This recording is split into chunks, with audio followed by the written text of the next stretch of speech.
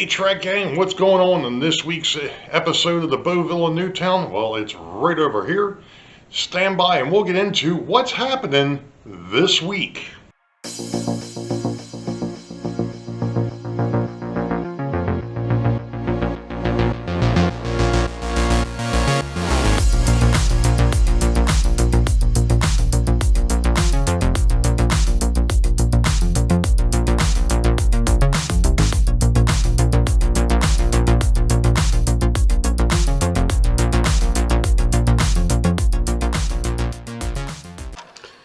Well, hello Track Gang, and welcome to episode, I think it's 14. 13 or 14. I'm not sure. I'll have it. It's in the title. Couple of things. First off, I want to touch on something that's not actually train related first. As you all know, I have a secondary hobby, which is bowling, and for the last 14 years, I have been the league president of our Friday night league, and last night, which was Friday the 17th, was the last night of that league. Things beyond our control basically forced the league to fold. Doesn't mean that I'm not going to be bowling this fall. I just won't be bowling as a part of that league, and I will no longer be an officer. It was inevitable. You know, it was... As me and the secretary-treasurer mentioned, it was like, you know, the writing had been on the wall and we just kept painting over it, and, well, you know, all good things must come to an end, I guess. And, you know, unfortunately, after, like I said, I had run it for 14 years, and I think the league itself had been in existence for close to 40. You know, anyway, that's that, and it's one of the reasons why I've been a little out of it. There is another thing, but I can't really talk about that yet. I have to wait for some things to kind of fall into place to find out exactly what's going to happen. Nothing work-wise. This is more personal level. So I'm going to leave it at that for right now. I know it's I'm leaving that one hang out in thin air, but there was something that happened, or that I found out about earlier this month, and I have to get in contact with the person and find out what their thoughts are and find out what they want to do. It has to do with a possible train collection. And I know that the person that now has that, or kind of has that in their possession, has no clue as to what they've got. I don't even know what they've got because I've never even seen it. So I kind of have to wait and see how things are going to play out with that. If anything, I may end up getting, I'm hoping, maybe I'll be able to get it, at least to be able to help the person out, be able to liquidate it. At least from that standpoint. I don't think I don't know what's there. So like I said, I'm not even going to make any more assumptions. I just know that there is that possibility out there. I'm kind of hoping that they will let me deal with it for them, and whatever we get out of it goes back to them. So, at any rate, that's those two things. Third thing, which is more or less layout related, and I kind of touched on it in the last video, was what I've been working on. And I told you I really couldn't show it to you because it's in a spot that I really can't show you. And what it was is I'm running bus wiring underneath of the interurban so I can drop feeders. Steve 87 PSAP had left me a comment saying, well, wait a minute, I thought you were DC. And he said, I thought that DCC usually used bus wire and drop feeders. Very true. With as large as this layout is, and it was one of the things that I noticed even when my dad and I had our old what was it, 12 by 11 L-shaped layout, was when you got, because the controller was on the 12-foot side, by the time you got to the one corner, there was a heck of a voltage drop. And the trains would slow down through that area, and then they would pick back up once they got closer to, obviously closer to the power pack.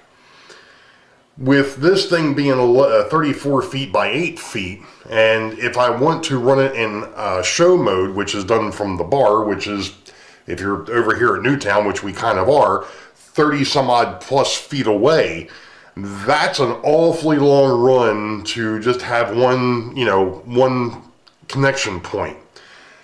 Not to mention the fact that this is broken into 6 blocks. So what I did, and I'm going to try to make a diagram of it, and I'll try to explain what I've done underneath. Because as you know, like I said, this thing has got 2 modes. It's got operations mode, and then it's got show mode, where I can come down here, like I did when Michelle was here, and put the 3 blocks, or the 6 blocks out front, put them in the neutral, which is in the off position, which means that neither one of the two handheld throttles are running the layout. I go over to the main panel and I switch those 6 switches from ops mode to show mode, and now the power pack that's over there runs the layout. And the way that was done is there's 18 gauge, I think is what I used. It's either 18 or 14 gauge. I'm trying to remember exactly. I think I had used 14 or 6. I'm sorry. I either used 18 or 16 gauge, and I think it was 16 gauge to get from the power pack over to the each one of the block sections. So in other words, what I did is I brought that wire out, hit a split, and then went to each one of the blocks using the heavy gauge wire. And then that way there's little to no voltage drop, because at that point you're literally tying into the bus for that block. Conversely, you go ahead and you put the thing back in the operations mode. You flip the switches out here on the front back into, working off the tether throttles, and it's the same thing.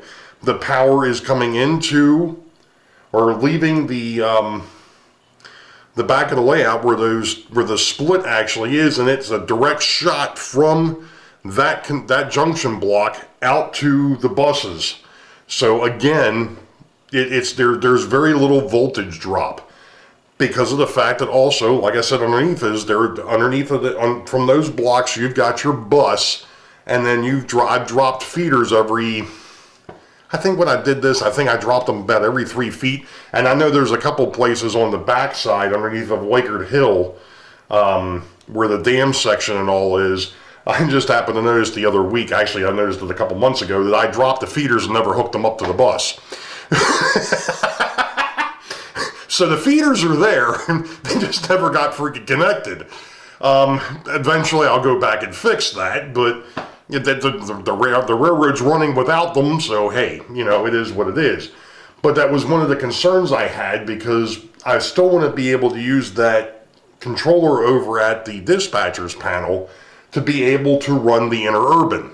And again, even at that, getting to the north end of Wakert Hill, that's a good 18 feet from where the panel actually is. So I went ahead and I bought more 16 gauge wire, running that right from the power pack. It comes up and it feeds into a terminal strip that's underneath the, over near the station, Union Station. It'll fit there. I've got it split to where it feeds down to the car barn on that side. And then eventually, which I've already got the wire started, I'm going to loop it all the way around to where it ends up on the north end of Wakert Hill over here. Like I said, it's work that I can't show because it's on a spot that you can't see it, because it's up underneath the second level. So, it's like, I can't really show that. So, that's pretty much that.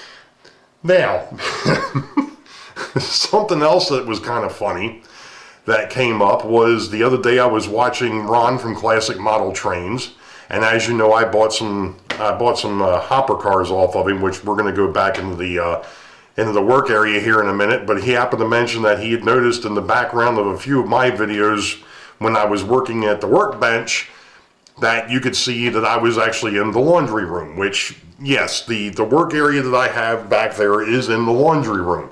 Now, one of the reasons why I haven't been, and I don't know if I've mentioned this in the past or not, one of the reasons why I haven't been working back there isn't because that's where the laundry room is. It's because of the fact that at one point in time, I had taken all the structure boxes that I had out here for the structures that I didn't have on the layout yet. I have them in boxes loose, and I had them on a folding table back there. That was problem number one. Problem number two is that workbench, I believe, is about 3.5 to 4 feet off the floor, the top of it. The only way to sit there and be able to work is on a bar stool. The bar stools that I have don't have a back to them, so there's no support.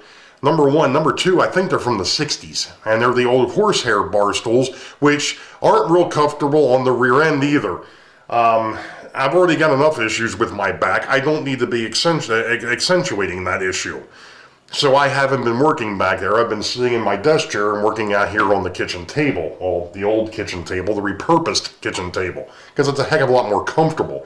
The lighting out here isn't as good, but at least it's a lot more comfortable.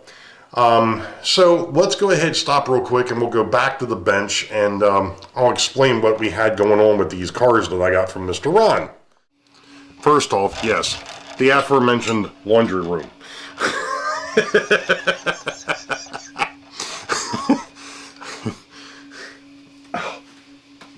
Sorry. There we go.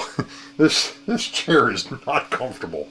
Anyway, so, well, the other reason why I hadn't been back here, sorry, I'm trying to manipulate the camera here a little bit.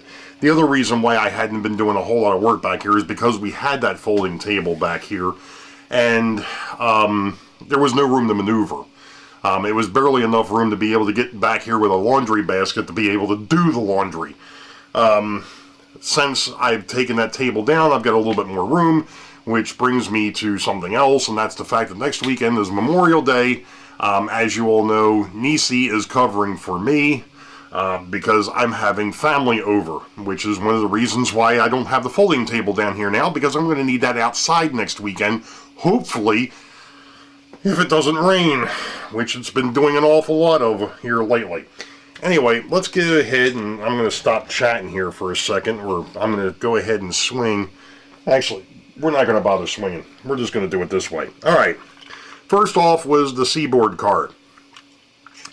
Now, when I got this out of the box, I realized it was awfully heavy, and then I realized that somebody had poured little pebbles in here and they had glued them. Well, I got rid of them. They're out of here. So now I've got some other work to do to this car to clean it up a little bit. I did actually end up, unfortunately, poking a screwdriver through the bottom of it in a couple spots as I was trying to get the stones out. Now, most people would have been like, why didn't you just leave the stones in there? For what I want to use the car for, the stones were going to be a problem. So that's the reason why I took the stones out. And they're out there in the trash can now. Okay. Second car. Second car was the Seaboard Coastline. There was nothing really unique about this one, other than the fact that I have to put a coupler on that, and that shouldn't be a problem because I believe that this is an Atherin unit, and that should be, I've got the coupler box for that, so I'll be doing some work on that. Now, the last car was the Western Maryland. Now, I didn't realize it when I first looked at it, but somebody had glued that on top. So I took a little bit of time and loosened it up and actually got that out. So I can actually use this for loads and empties out. Now, when I did that, I also realized that somewhere along the way, they never put the doors on the bottom of this thing.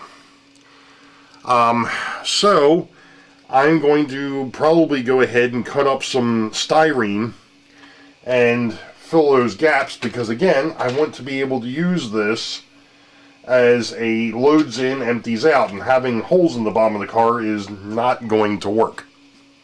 So, no big deal. You know, it's one of those things. I really didn't ask too many questions. I wanted the cars because of what they were. Didn't matter. Ron, I do again appreciate it. Hopefully that what we did helped you out with getting, well, number one, I got rid of some of your inventory for you. And number two, help your channel out. So, you know, that's what we're here to do. We try to help each other out as best we can. While we're on the repair subject, I know that somebody had mentioned to me about the locomotives that I had, that buddy of mine, Eric, had given me to look at. As I mentioned to them, those are not mine. I'm not keeping those. I've got to give those back. I've got to get parts together. I have to wait for some things to settle, and then once they do, then I'll be ordering up some parts to be able to fix that F unit, because it's got the cracked gear problem that was notorious for the Lifelike Proto 2000s, which is the same mechanism. Somebody had mentioned that the F7s had that problem. I never knew that they had issues with the F7, the gears in the F7s. And I've got F7s from Athearn, and I, knock on wood, I haven't had any issues with mine. Something tells me maybe I better go order up some freaking parts.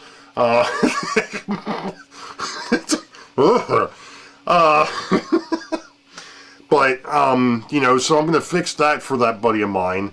The one that kind of irks me a little bit is the switcher unit, the GP7. That's an AHM unit, and the motor's bad. Unfortunately, I do not have a motor that will fit in that locomotive. I thought maybe I'd have something floating around here that maybe I could go ahead and do some work with and see what we could work out, but I don't have anything for that. So I went ahead and I put something up on the AHM Facebook page, or at least I thought I did, and I haven't heard anything, and then I realized that the admin never approved the post. So I'm sure that there's a resource out there someplace for those, but I doubt it, considering the fact of the age of the thing.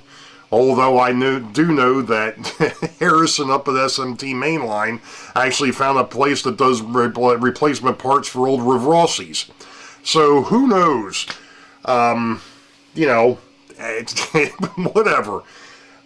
So that's basically all I've got for this. I mean, I know that this video should have been out yesterday morning, Friday morning the 17th. Like I said, it's Saturday the 18th.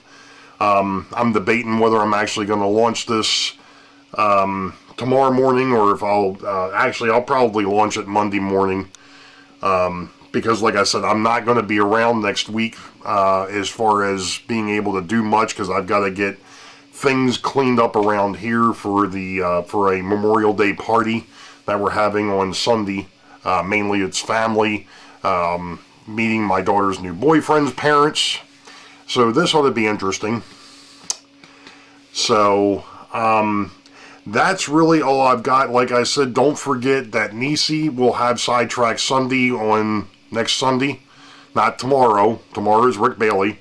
Next Sunday will be, and what is that? The 20, let's see, today's the 18th, 19th, it'll be the 26th. Yeah, the 26th. I can count, even though it's like 8:30 at night. And I've had a long freaking day. So yeah, the May 26th, 8 p.m. will be Nisi. It will not be me. So you all know the deal. Wait for the highball. Green tracks ahead. We'll catch y'all next time. Be safe. God bless. We will see ya.